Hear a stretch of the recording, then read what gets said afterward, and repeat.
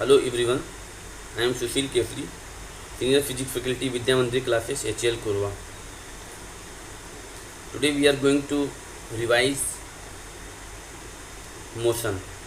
Topics are rest and motion and types of the motion. So first of all, what is rest and what is motion? How we will say any object that it is in the state of rest and when any object is in motion. So अब हमें इसको बताना है कि rest पे कब होगा object और मोशन में कब होगा। उसके लिए हमें एक ऑब्जर्वर चाहिए जो कि हमें बताएगा कि हाँ ये ऑब्जेक्ट जो है वो रेस्ट पे है या मोशन में है। और दूसरी चीज़ एक रेफरेंस फ्रेम चाहिए। रेफरेंस फ्रेम क्या होगा? रेफरेंस फ्रेम उसको बोलेंगे जहाँ से ऑब्जर्वर जो है ऑब्जेक्ट को ऑब्जर्व कर रहा है। सपोज अगर वो ग्राउंड से ऑब्जर्व कर रहा है तो रेफरेंस फ्रेम ग्राउंड हो जाएगा। अगर वो किसी मूविंग बॉडी पे बैठ कर के किसी ऑब्जेक्ट को ऑब्जर्व कर रहा है तो वो मूविंग बॉडी जो है वो रेफरेंस फ्रेम हो जाएगा। तो जिस भी फ्रेम से हम ऑब्जेक्ट को ऑब्जर्व कर रहे हैं उसको बोलेंगे हम रेफरेंस फ्रेम। तो सपोज ये कुछ ऑब्जेक्ट्स हमने दिखा रखे हैं, हाउस, ट्री, पोल, कार है, साइकिल है। तो अब एक रेफरेंस फ्रेम है ग्राउंड, वहाँ पे एक ऑब्जर्वर है, स्टेशनरी है, और वो स्टेशनरी ऑब्जर्वर इनके बारे में इंफॉर्मेशन दे रहा है कि ये रेस्ट पे होगा कि मोशन में होगा। तो कोई भी ऑब्जेक्ट रेस्ट पे तब होगा जब किसी स्टेशनरी ऑब्जेक्ट के रेस्पेक्ट में उसका जो पोजीशन है वो चेंज नहीं हो रहा है टाइम के साथ। तो हम ऐसे ऑब्जेक्ट को बोलेंगे रेस्ट। और अगर किसी भी ऑब्जेक्ट का पोजीशन टाइम के साथ साथ चेंज हो रहा है with respect to the stationary observer तो हम उसको बोलेंगे कि वो ऑब्जेक्ट मोशन में है। तो जैसे हमने यहाँ पे शो किया हुआ है, तो ये एक स्टेशनरी ऑब्जर्वर है। यहाँ पे हाउस के बारे में अगर हम उससे पूछे तो वो क्या बोलेगा कि ये जो हाउस का पोजीशन है वो टाइम के रिस्पेक्ट में चेंज नहीं हो रहा है, तो ये हाउस क्या हो जाएगा, वो रेस्ट पे हो जाएगा। बट अगर हम सपोज एक एग्जांपल ये ले लेते हैं, टाइम t इक्वल टू 0 ये है और ये एक्स एक्सिस पे कुछ पोजीशन शो की हुई है। तो टाइम t इक्वल टू 0 पे ये ब्लैक वाली जो बॉल है वो ये है, और दूसरी बॉल लिया हुआ है टाइम t इक्वल टू 0 पे ही एक दूसरी बॉल है eight x equal to 2।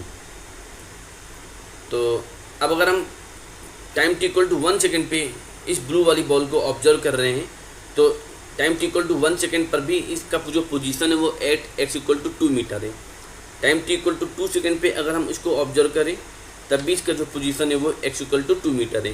That means कि its position doesn't change with respect to the time. जो टाइम t इक्वल टू 0 पे था पोजीशन, वही position time t equal to 1 second पे है, time t equal to 2 second पे भी वही पोजीशन है। तो हम इस ब्लू वाली बॉल को बोलेंगे कि ये रेस्ट पर है। बट हम अगर इस ब्लैक वाली बॉल को ऑब्जर्व करें, टाइम t इक्वल टू 0 पे ये ओरिजिन पे है, that is x equal to 0 पर है। टाइम t इक्वल टू 1 पर ये x इक्वल टू 1 मीटर पे आ गया, हमने यहाँ पे शो भी किया हुआ है। Time t equal to 2 second पे ये x इक्वल टू 2 मीटर पर है। तो इसका मतलब क्या हुआ कि टाइम जैसे जैसे बढ़ता जा रहा है तो बॉल की पोजीशन भी चेंज हो रही है। तो हम इस बॉल को बोलेंगे कि ये मोशन में है। तो इस तरीके से हम कोई भी ऑब्जेक्ट को बता सकते हैं कौन सा ऑब्जेक्ट रेस्ट पे है, कौन सा ऑब्जेक्ट मोशन में है। तो इसको हम डिफाइन कैसे करेंगे? Rest, a body or a particle is said to be in state of rest if it does not change its position with respect to time, and a body is said to be in motion if its position is changing with respect to time. तो ये हो गया दूसरा example. ये car है, यहाँ पे x equal to 0 पे एट x इक्वल टू 4 पे एक ट्री है, एक ये ऑब्जर्वर है। तो ये ऑब्जर्वर ये बता रहा है कि ये कार और ये ट्री रेस्ट पे है। क्यों रेस्ट पे है? क्योंकि टाइम के रिस्पेक्ट में इसका जो पोजीशन है वो चेंज नहीं हो रहा है। तो ये हो जाएगा। और अगर सपोज एक बॉल लिया हुआ है वो लीनियर मोशन में है, means motion along straight line, तो अगर इस टाइप का मोशन है, x इक्वल टू 0 पे, सपोज x इक्वल टू 0 पर है और time t equal to 3 second पे देखते हैं तो ये x इक्वल टू 3 मीटर पे आ गया। तो इसका मतलब इसका पोजीशन टाइम के साथ साथ चेंज हो रहा है। तो ये जो बॉल है वो एक मोशन में है। अब बात आती है क्या मोशन वो एब्सोल्यूट होता है या रिलेटिव होता है।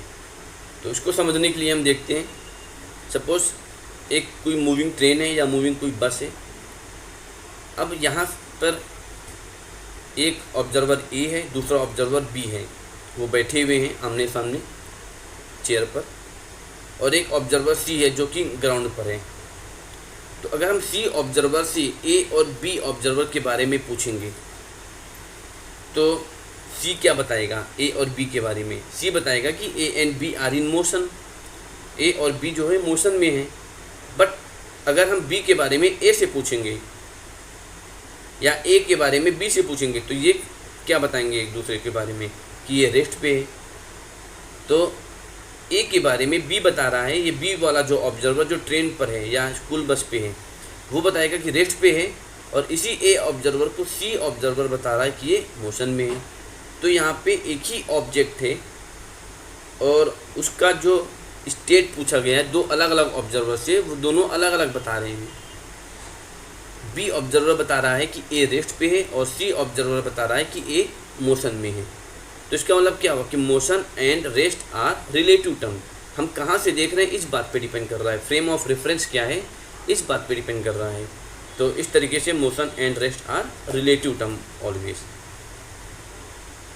नेक्स्ट आते हैं टाइप ऑफ द मोशन।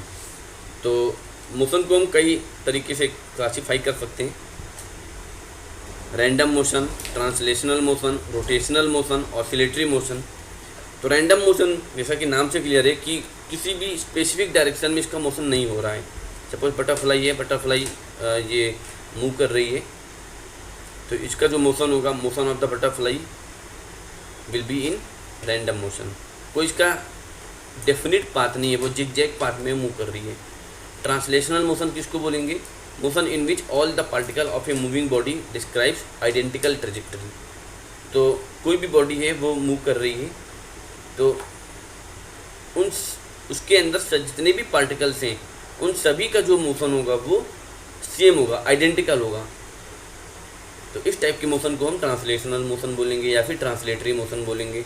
अब ये ट्रांसलेटरी मोशन जो है according to the trajectory, trajectory उसको बोलेंगे जो वो पाथ को कवर कर रहा है। जो भी पाथ होगा उस पाथ को हम बोलते हैं ट्रेजेक्टरी। अगर वो स्ट्रेट लाइन में है तो वो स्ट्रेट लाइन ट्रेजेक्टरी हो जाएगा। एक कर्व में है अगर उसका मोशन तो वो कर्व ट्रेजेक्टरी हो जाएगा। अगर सर्कुलर में है तो वो सर्कुलर ट्रेजेक्टरी हो जाएगा। तो according to the trajectory translatory motion can be classified in rectilinear motion, curvilinear motion and circular motion. तो रेक्टिलिनियर किसको बोलेंगे? Motion in a straight line.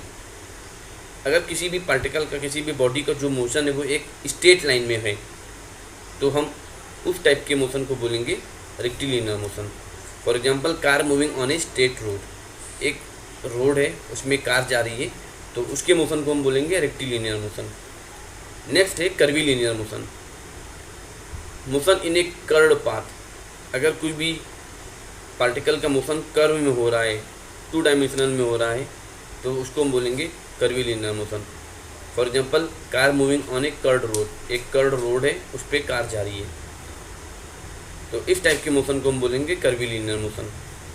Circular motion किसको बोलेंगे? अगर ये जो ट्रेजेक्टरी है motion in a circular path, अगर वो सर्कुलर पाथ है तो उसको हम बोलेंगे circular motion. For example motion of earth around sun. तो सन के चारों तरफ अर्थ का जो मोशन है वो एक सर्कुलर है, मान के चलने की वो सर्कुलर है तो वो उसका जो मोशन हो जाएगा वो सर्कुलर मोशन की कैटेगरी में आएगा। नेक्स्ट है रोटेशनल मोशन। तो motion in a circular path about a fixed point और फिक्स्ड एक्सिस। तो किसी एक्सिस के अबाउट किसी भी रिजिड बॉडी का जो मोशन होगा या वो जो स्पिन कर रहा होता है, टर्न कर रहा होता है, तो उस टाइप के मोशन को हम बोलेंगे रोटेशनल मोशन। सपोज जो एक सीलिंग फैन है या टेबल फैन है वो एक एक्सिस के अबाउट वो रोटेट कर रहा होता है तो इसका जो मोशन हो जाएगा motion of blades of A fan, तो ये रोटेशनल मोशन की कैटेगरी में आएगा। नेक्स्ट है oscillatory motion, to and fro motion about its rest position. तो अगर किसी भी मीन पोजीशन या रेस्ट पोजीशन के अबाउट कोई भी ऑब्जेक्ट है, कोई भी बॉडी, वो टू एंड फ्रो कर रहा है, तो इस टाइप के मोशन को हम ऑसिलेटरी मोशन बोलेंगे। तो देखते हैं एक एक करके फिर डिस्कस करते हैं इसको। Rectilinear motion, motion in a straight line is called as the rectilinear motion. Examples देखा रखा है। Suppose a bullet is fired from a gun, the bullet moves in a straight line path, so the movement of bullet fired from a gun is example of rectilinear motion. तो rectilinear क्योंकि bullet का जो path होगा वो एक straight line होगा। March past of a soldier in A parade is a rectilinear motion. Motion of cyclist running on a straight road rectilinear motion होगा। तो ये अब नेक्स्ट है curvilinear motion, when an object moves along a curve path it is said to be in curvilinear. अभी हमने discuss किया भी है। सर्कुलर पाथ, सर्कुलर मोशन क्या हो जाएगा, when an object move along a circular path it is called as the circular motion. Motion अगर कुछ ऐसा है कि जो उसका ऑब्जेक्ट का पाथ है वो एक सर्कल है, मीन्स उसके सेंटर से हर टाइम पे पार्टिकल की जो डिस्टेंस है वो हमेशा सेम है, तो इस टाइप के मोशन को हम सर्कुलर मोशन बोलेंगे। Movement of tip of hand of watch on the dial, ये सर्कुलर मोशन हो जाएगा। Moves around moon around the earth in a circular path, तो मून है वो सन के चारों तरफ सर्कुलर पाथ में जा रहा है। Rotational motion, when an object turns about a fixed axis it is called as the rotational motion. तो इस टाइप से अब बात करते हैं पीरियोडिक मोशन। पीरियोडिक मोशन किसको बोलेंगे, अभी हमने डिस्कस किया कि जो ऑसिलेटरी मोशन होगा, अगर उस ऑसिलेटरी मोशन का जो टाइम है या किसी भी फिक्स्ड पॉइंट को वो रेगुलर इंटरवल के बाद वो कवर कर रहा है, तो इस टाइप के मोशन को हम बोलेंगे periodic motion. The motion which repeats itself after regular interval of time is called as the periodic motion. For example अगर एक सिंपल पेंडुलम का एग्जांपल लेते हैं, तो ये सिंपल पेंडुलम है, ये हैंग कर रहा है बी पोजीशन, इस पोजीशन को मीन पोजीशन या फिर हम इक्विलिब्रियम पोजीशन या फिर रेस्ट पोजीशन बोलते हैं।